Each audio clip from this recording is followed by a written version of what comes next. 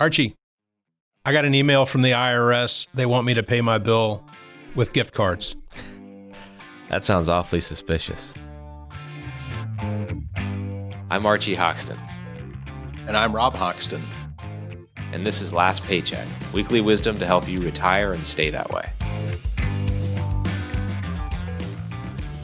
Welcome back to Last Paycheck. We're your hosts, Archie Hoxton and Rob Hoxton. And today we've got an exciting topic for you. Today we're talking about scams. Exciting in a not good way.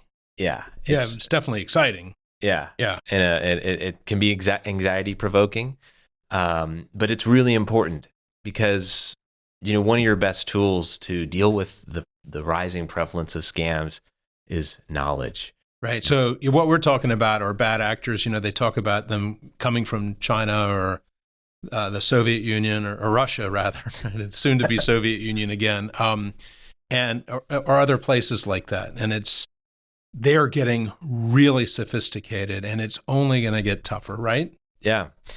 And with the rise of tools like AI, artificial intelligence, it's only going to get worse and worse. So you need to be more and more prepared. And so our objective today is to give you some knowledge, what types of scams are out there. What are some of the tactics that scammers will use? We're going to talk about some stories that we've encountered, actually, just in our day-to-day practice as well. Yeah. So being in the financial world, we have a unique insight into what kinds of scams people fall into, and scams. Most of the time, the end of the day, the objective is to take money from you. Sometimes it's to steal it quietly. Sometimes it is to convince you to give it to them. So we're going to dive into it. So I think one of the first ones that I found was really surprising and shocking it's something called checkwashing. Yeah. So with checkwashing, this is one that normally you think of checks as a perfectly normal, safe way to, transact. You put a check in the mail, you send it off to your bank, or you send it to a financial institution if you're going to deposit money at a broker, or, you use it to pay a bill. Well, it's not as safe as we once thought it was. Right. So we've had 4 or 5 examples in the practice in the last 6 months, actually, where some businesses, some individuals, where they're used to paying their bills with checks, right? So they write a check to whomever the invoice comes from. They put it in an envelope, drop it in the mailbox. They figure it's paid. The check gets cashed. But what they don't realize is that it didn't get cashed by the payee that they thought was cashing it. So in essence, what somebody is fishing that envelope out. Maybe the envelope looks like it would have a check in it. They're fishing it out of the mailbox. They're washing the check. I'm not sure how they do that. They wash the ink, where maybe it's written out to Rob Hoxton. Well, I say, I'm going to write it out to Archie Hoxton. Yeah. I wouldn't do that. And so then it gets cashed by somebody other than the person you expected to cash it. And sometimes, though, what they do is they take the check and they create a check that looks like your check. So it has like a recreated logo of the bank. It has the bank routing number and your account number. And then they put a signature on there that looks a little bit like your signature. And then they just use those checks like crazy. Yeah. And then boom, boom, boom. All of a sudden, you've got thousands and thousands of dollars missing from your account on checks you didn't write. Right. And then that way, what they can do is they can, slowly do lots of smaller transactions that might fly under the radar. If you write one check and it's a big check, say, for a big invoice, and it gets intercepted, you might notice that. But if that one gets cashed, and then there's lots of smaller ones that maybe fly under the radar, a couple $100 here, $100 there, that might be harder for you to pick up on. And if it's an amount, like in the case of the person who they washed the name off and put somebody else's name in it and then cashed it. It's the amount that you were expecting that check number to be cashed for. You may not realize that it had happened until the merchant calls and says, "Hey, we never got your check." Yeah. Right. So here's the thing. In order to protect yourself from that, you have got to, because you can't control who goes rummaging through your mailbox or through the post office or through whatever. What you have to do is you have to frequently look at those checks. So if you have an online banking application, you want to not only check that the amount cleared, you want to look at the image of that check. Right. Right. Because you want to make sure that that check actually is the one that you wrote. Right. Yeah. And because it can be difficult if you let this go too far and you don't notice and you discover much, much later, it can be difficult to reverse that. It's possible. And you'll find there's a common theme with all of these. Increased vigilance is really the best way to deal with that. But getting really deep into the details of, okay, what checks are going out, and checking your bank activity. Anytime you've got any kind of transaction that's coming straight from your bank, whether it's debit card, check, it's important to be really vigilant because it's coming directly from your bank account. Archie, let's talk about romance scams. Yeah. So this is really, think of your grandma. Your grandpa's long gone. She's stuck at home. You don't go see her as often as you should. I'm piling on all the guilt here. And somebody finds her. A bad actor finds her online. We had a situation where we had an elderly client. She was a shut-in.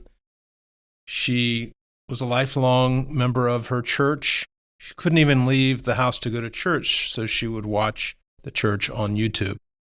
A lot of churches started doing that after COVID and are continuing to. Somewhere along the way, she fell victim to a romance scam. Talk a little bit about what a romance scam is. Yeah, it's fairly self-explanatory, right? What typically happens is that someone is online. They're going into chat rooms or meeting someone on social media or on even like a dating website. And they're typically elderly people, and they are typically lonely. They don't have the same level of connection that they used to. And they meet someone online, and this person builds trust with them and builds a relationship. Sometimes that relationship is a romantic relationship, just an online relationship. Sometimes it's more of a companionship. What happens, though, is that they build trust for long enough to where eventually they ask you for help. They've got themselves into a bind. They've got some huge financial need, and they need to borrow money from you, or they need you to give them some money. And so ultimately, that person, because this is a close relationship, sometimes they feel as a close romantic relationship, they lend them the money or they give them the money. Sometimes it can be a really big ask. It can be $20,000, $50,000. And then all of a sudden that person just goes away.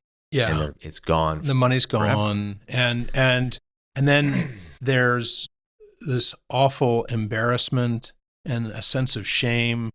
It's betrayal. It's just really evil what these people are doing. And you just want to give them a big hug, and say, all right, let's make sure that doesn't happen again. It's not you made a mistake, yes, and it cost you.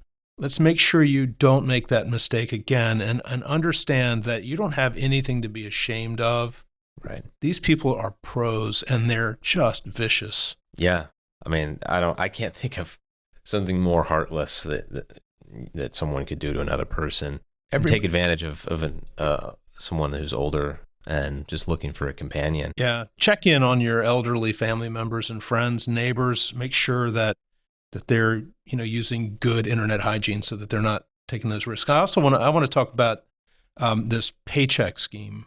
Archie. So this is an interesting one. A lot of us will have a nice vacation. Some of us will actually post pictures on social media of that trip. So here's a scenario which we've become aware of, where you have somebody that is on a really nice vacation. Let's just say they've gone to Tahiti, and it's someplace that's remote. It's in a vastly different time zone, and they're posting pictures of their glamorous trip on a catamaran with their, boyfriend or girlfriend or whatever, and they're having a ball. And they're posting it because they want their family members and friends to see it. Well, lurking in the shadows are bad people, right? So think of this scenario. I'm a bad person. I see this person is traveling. If I'm in the area, maybe I just take that as an opportunity to do a good old-fashioned breaking and entering and go to your house and steal stuff. One reason not to post everything that you're doing. But maybe they're not local. Maybe they're sitting in Novosibirsk or something, and they realize, oh, okay, so that person is traveling, and I can see where they work because in their profile, their Facebook profile, it says where they work. So I'm going to go to the work website, and I'm going to figure out who's responsible for doing payroll. I'm going to send that person an email that looks like it's coming from the traveler. Mm-hmm. The person that receives it says, oh, Joseph is traveling, but they want to change the account that we send their paycheck to. Well, it's, they're on the other side of the world. It's the middle of the night there. They go ahead and make the change. The next paycheck goes out. It goes into the new account. That's when the traveler realizes that they didn't get their paycheck. Yeah. And when they bring it to the authorities' attention or the bank's attention, the money's gone, the account's closed, gone forever. Yeah. So there are so many lessons to be had there, right? So don't post everything you're doing on social media because the bad people are watching. Right. Or at least be more aware of the fact that there are people who are looking broadly for opportunities where you're out of town, you're not paying attention, you're on vacation. They're looking for opportunities. Be aware of that. Another one, we talked about AI in the very beginning of the episode, and there's one that I find particularly nefarious and kind of scary, and they're called grandparent scams. And that's becoming more prevalent with AI because there are many interesting capabilities that come with AI, but there are some scary things too. So picture this. You get a call from your grandchild. They're asking for help. They're in a different country maybe, and they've been robbed and they ran out of money and they need you to wire them funds. Well, it sounds like your grandchild.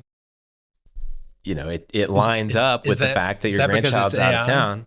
AI can imitate voices, right? Right. So it can actually sound like your grandchild or a child or someone that you love and care about, a family or a friend. And it's scary, right? They're trying to get you worried and, oh my gosh, this is horrible. Something terrible has happened. Of course, I'm going to send you money. And then you wire the funds. It's gone forever. I mean, a wire is a final transaction. It goes out and it's gone. Can't bring it back. You can't go get it back. Mm-hmm. So you later find out that your grandchild was safe and sound at home, no problem. They didn't get robbed, nothing. And you just sent that money to a professional scammer. So, when I think about the AI, Archie, I think about the way that we interact with clients, and anybody that's listening to this, when you're interacting with people who have access to your money, if AI can imitate your voice, simply, now no financial advisor probably anymore is like sending money to third-party accounts based on an email. I just can't imagine that anybody in this day and time is doing that. As far as any professional is doing that, they should be calling you confirming that this is a request is legitimate. But if you receive a phone call from someone and it sounds like that person, somebody that your advisor has worked with you for many, many years, they could fall subject to that. So your financial advisor or your banker or your lawyer, anybody that has any way to control any of your money, they need to be asking you, even if they think they recognize your voice, they need to be asking you probing questions that only you would know the answer to, right? Yeah. And they would know the answer to as well. Right. So that's the thing that scares me, is that with AI, it's going to be harder and harder, even for really sharp professionals, to tell whether or not that phone call is actually coming from you or somebody, a bad person using artificial intelligence. Right. Let's talk real briefly about a couple of red flags that you should immediately stop what you're doing and verify with your financial institutions. If anyone is asking you for money or demanding money or saying that, hey, the police are going to come get you, and so you need to send me a gift card, anything with gift cards, if you have a call, someone asking you to put money on a gift card for them, red flag. Hit the brakes, hang up the call, and talk to your financial institution. Legitimate government agencies and financial institutions do not accept gift cards. That's a common tactic that scammers use.